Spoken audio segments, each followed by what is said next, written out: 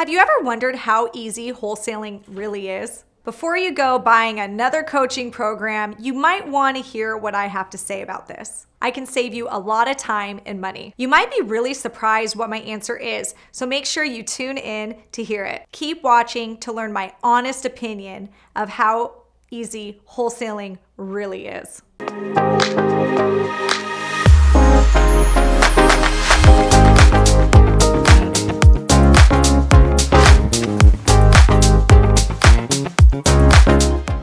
In this video, you are going to learn what my opinion is on whether wholesaling really is easy. And I'm going to share with you how I came to this conclusion. I'm going to even break down the type of personalities that I see typically think wholesaling is easier. And I'm also going to go into detail about what some of the hardest parts of wholesaling is. Okay, so how easy is wholesaling? After owning a couple different businesses and wholesaling houses for over 9 years, I feel like I have a pretty good handle on this. So here's my opinion.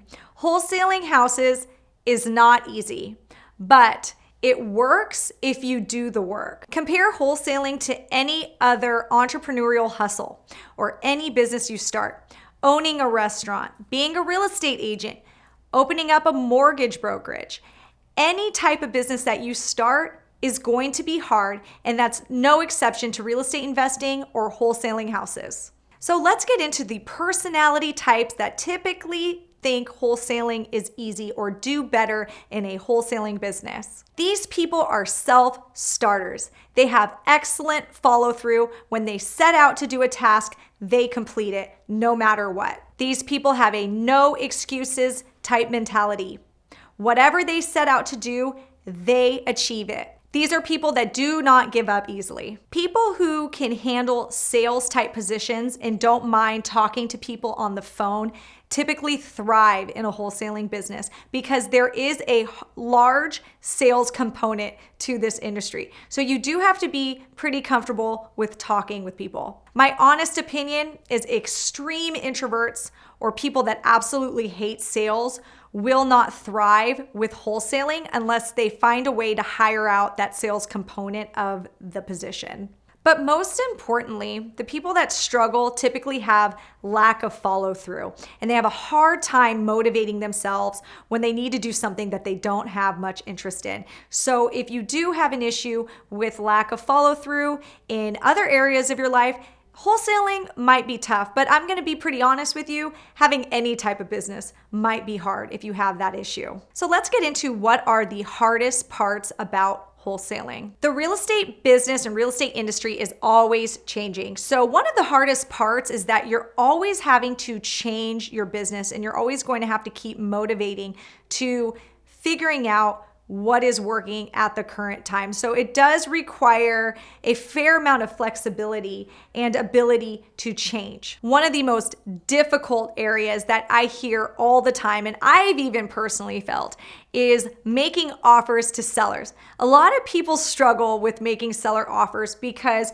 you're typically making an offer that is lower than what the seller expected. So you feel a little bit embarrassed, and that feeling is pretty uncomfortable for people. Even the most outgoing people that aren't that shy struggle with making what you might call a lowball offer to a seller. I know I did, and it's absolutely something that I struggled with myself. Another thing is you might have to have a lot of uncomfortable conversations.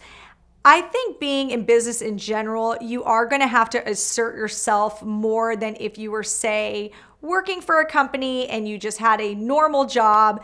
Having a business, you do have to be assertive. And sometimes being assertive is uncomfortable. I know personally, I've struggled with it. I'm going to be real with you. So having uncomfortable conversations, it's difficult, and that is something that is difficult about wholesaling. But if you can work on your skills of being assertive, you will be able to improve and it won't be so difficult for you.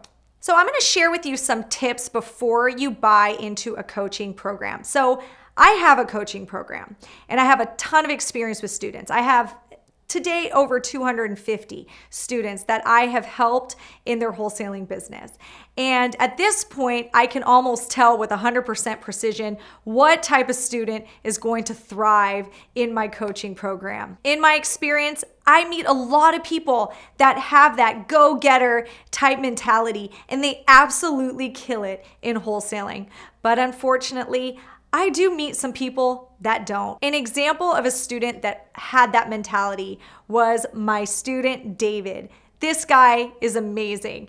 And he held on to some words of wisdom that I gave him, which was commit to making this work. So he told me that he wrote that down, he put it up in his house, and he repeated that to himself anytime it got hard, anytime he wasn't motivated, anytime he woke up and didn't feel like working. He said to himself, commit to making this work. And he did the work. Now that is the type of student that thrives and kills it in wholesaling. Now, if you are the type of person who goes from career to career and you're constantly reinventing yourself anytime your career gets hard or boring, you might want to actually look within, because it might not be the career, it might be something within you.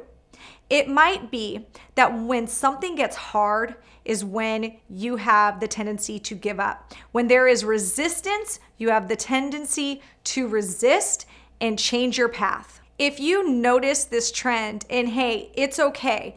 Everybody is different and everybody has things that they are good at and some things that they are maybe not naturally good at. And if this is something that you weren't naturally born with, I truly believe that you can work on these habits. You can build this muscle and get better at persevering through tough times. So a book that I actually found very helpful that really explained this whole concept for me was called The Dip by Seth Godin. I really, really recommend this book to people that feel like they really struggle when things get hard in a career. Seth talks about the dip, right? And the dip is when you start facing difficulties in the career you're in, when it starts getting really, really hard and you start telling yourself that you might want to quit, this is too hard. And the truth is most people do actually quit. But what Seth says is you've got to stick through the dip to get to the other side. And I really think, I'm not going to go too into detail of explaining this book. I really do think it's important. If you feel like you resonate with that, read the book. I know it was super helpful for me because even I was a little tempted to quit when things got hard. Wholesaling can get really tough and you really need to be self-motivated to motivate yourself through the hard times. But again, I do think that this is a muscle that you can grow.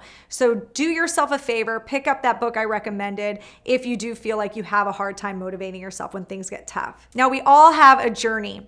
And if you want to learn more about my journey, I want you to check out my website, www.laurenhardyofficial. I've got a free mini course, I've got a free seller script, and you can learn a lot more about me there. So that's it, guys. I hope you guys liked this video. If you did, please like and subscribe.